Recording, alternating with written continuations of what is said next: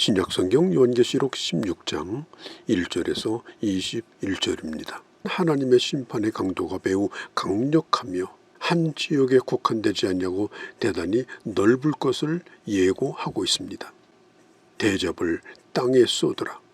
이것은 권고사항이 아닙니다. 반드시 그렇게 되어야만 하고 심판을 받아야만 하는 것입니다. 첫 번째 천사가 대접을 붓습니다. 그 대상은 땅입니다. 짐승의 세력에게 굴복하고 이마와 손에 인을 받은 자들에게 임하는 무서운 종기의 심판입니다. 나병과 같이 온몸이 썩어져가는 무서운 피부병이 걸립니다. 이 병에 걸렸음을 누구나 다 알 수 있게 됩니다. 하나님이 없이 사는 자들이 겪는 영적인 고통을 종기로 표현하고 있는 것입니다. 두 번째 대접이 바다에 부어집니다. 바다에 살고 있는 물고기와 식물들이 죽어갑니다. 그러자 그것이 결국은 땅에 사는 사람들에게도 결국은 해로운 일로 나타나게 됩니다. 온 바다가 피같이 되고 물고기가 다 죽게 됩니다. 우리는 실제로 지금 집에서 먹는 물을 정수기가 없이는 물을 먹을 수 없는 때를 살고 있습니다. 지구에 있는 모든 물이 오염되어서 먹을 수 없게 된다면 인간은 단 한시도 이 땅에서 살아갈 수가 없을 것입니다. 세 번째 대접이 부어집니다. 강과 샘에 부어집니다. 4절이죠. 강과 생물들이 다 피로 변해버려 물을 먹을 수 없게 됩니다. 물의 근원인 깊은 지하식까지 오염이 됩니다. 5절에 보면 이렇게 말하죠. 이렇게 심판하시니 의로시도다. 6절에 그들이 성도들과 선지자들의 피를 흘렸으므로 그들에게 피를 마시게 한 것이 합당하도다. 7절에 제단에서부터 말하기를 그러하다. 주 하나님이 곧 전능하신 이여 심판하시는 것이 참되고 의로우시도다. 오늘날 우리는 대단히 편한 시대에 예수를 믿고 있습니다. 예수를 믿어서 피 흘릴 일도 손해볼 일도 없는 그런 시대에 우리는 살고 있습니다. 그렇기 때문에 이런 장면이 우리에게는 대단히 생소합니다. 복음을 위해서 피를 흘린, 복음을 위해서 생명을 바쳐서 인을 받지 아니하는 그런 고통을 겪었던 초대교회 신자들과는 전혀 다른 환경 속에서 오늘 우리는 살고 있는 것입니다. 이런 시대에 우리가 생각할 것은 하나님의 심판은 의롭다. 그리고 하나님의 심판은 반드시 임할 것이라고 하는 것을 우리는 기억해야만 합니다. 요한계시록 6장 9절 10절 그리고 8장 3절에 보면 순교자들이 하나님의 제단 밑에서 하나님을 향하여 자신의 억울함을 호소하는 장면이 나옵니다. 억울함을 풀어달라는 것입니다. 교회는 자신을 핍박하는 세력을 향하여 군대를 만들든지 보복을 하는 일을 하지 않습니다. 핍박을 그대로 받습니다. 그러면 누가 갚아야 되는 겁니까? 주님이 갚으십니다. 그게 바로 하나님의 공의입니다. 세상 법정에서 가끔 우리가 보는 광경이 있죠. 살인사건이 났다든지 아주 잔인한 범죄를 저지른 죄인에게 징역 10년, 20년, 아니 30년 선고가 내린다 할지라도 피해를 본 사람 입장에서는 억울하다고 몸부림을 칩니다.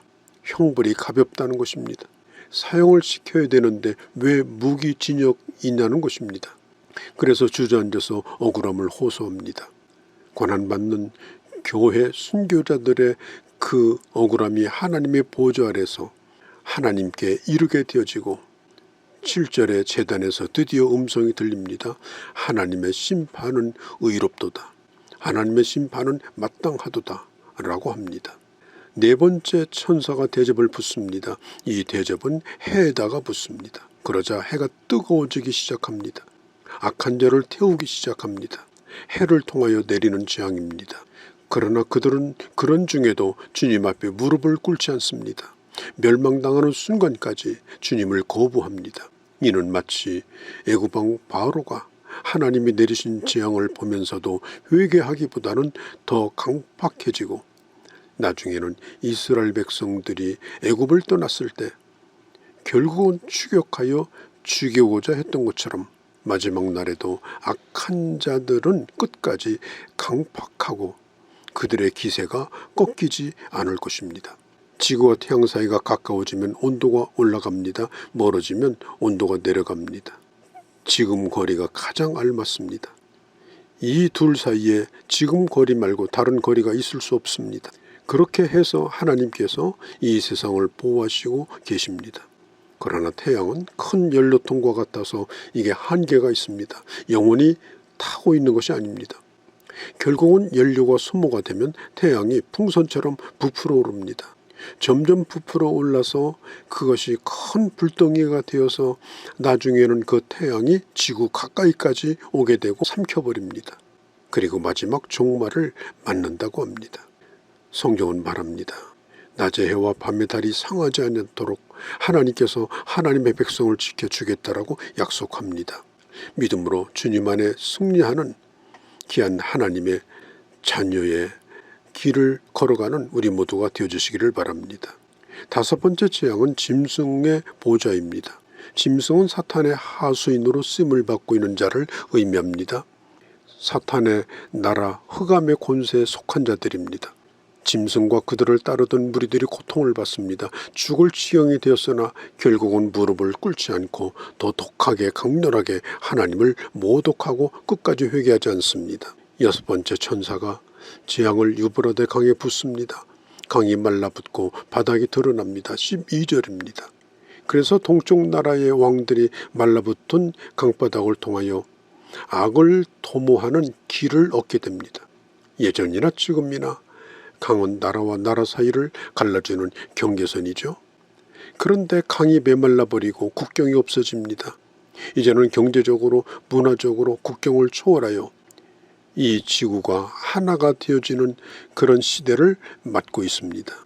실제로 지금 저 유브라데 강의 상류의 공사댐으로 말미암아 강이 점점 말라가고 지금 물 분쟁이 대단히 심각하다고 하는 이야기도 듣습니다.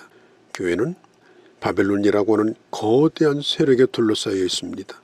교회가 세상에 영향을 받고 세상에 아무런 영향을 끼칠 수 없는 무기력한 존재가 된다면 결국은 영적 세계는 다 말라붙어버리고 말 것입니다. 우리의 원수는 분명히 사단입니다. 우리가 싸워야 될 대상입니다. 사단이 지배하고 있는 이 세상은 결코 하나님의 사랑과 간섭을 받으려고 하지 않습니다. 어떻게 하든지 모든 사람에게 영향력을 끼치려고 몸부림을 칩니다.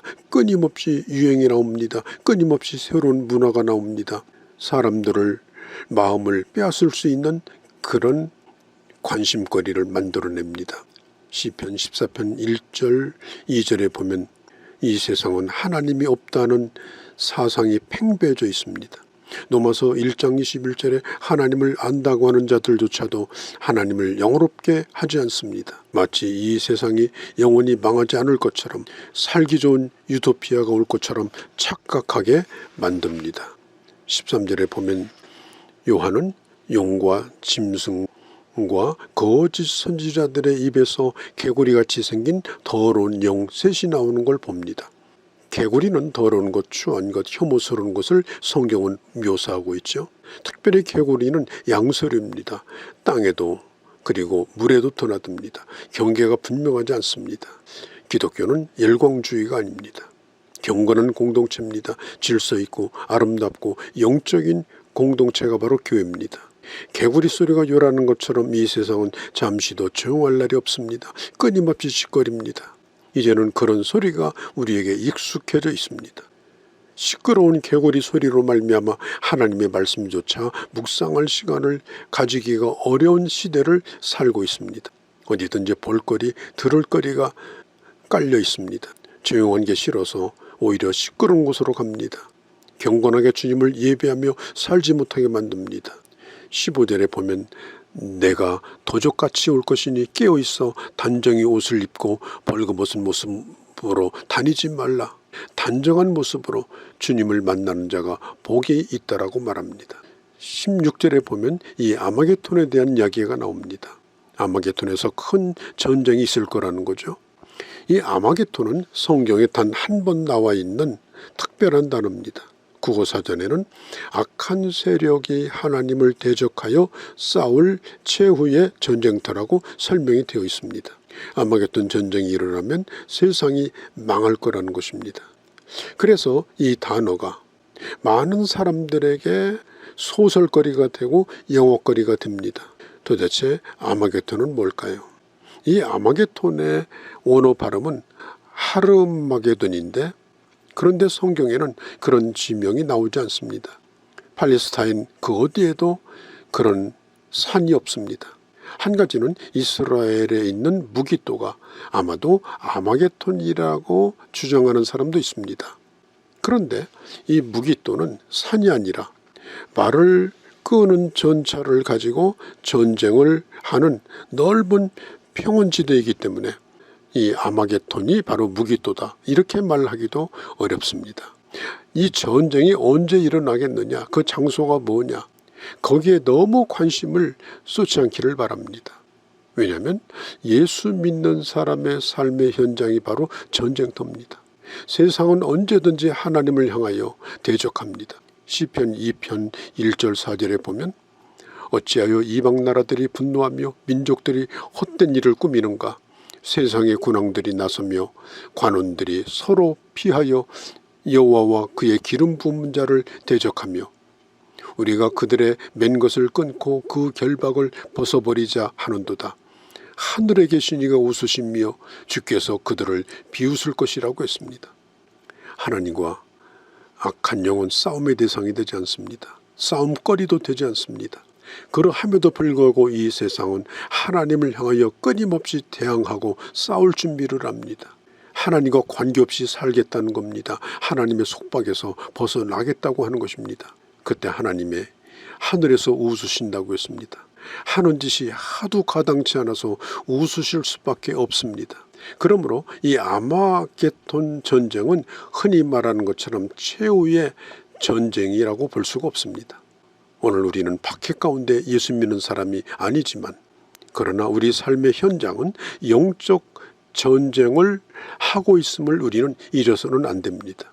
끊임없이 우리 자신을 돌아보며 언제 주님 오신다 할지라도, 언제 영적인 혼란이 우리에게 닥친다 할지라도 하나님의 사람으로 온전히 부끄럽지 않게 할 수 있는가 하는 것에 대하여 우리는 깊이 고민하며 살아가야 하는 것입니다. 7번째 천사가 대접을 부으니 하늘에서 큰 소리가 나고 지진이 일어나고 하나님의 진노가 부어지니 사탄의 거처가 완전히 사라져 버립니다. 큰 성 바벨론이 흔적도 없이 허물어져 버립니다. 결국 세상은 심판을 받을 것이며 저주의 장소가 되고 말 것입니다. 거룩함과 속됨이 구별이 없어지는 시대에 우리는 살고 있습니다. 그럴 때일수록 하나님의 사람답게 살아가는 그런 주님의 자녀들이 되어주시기를 바랍니다.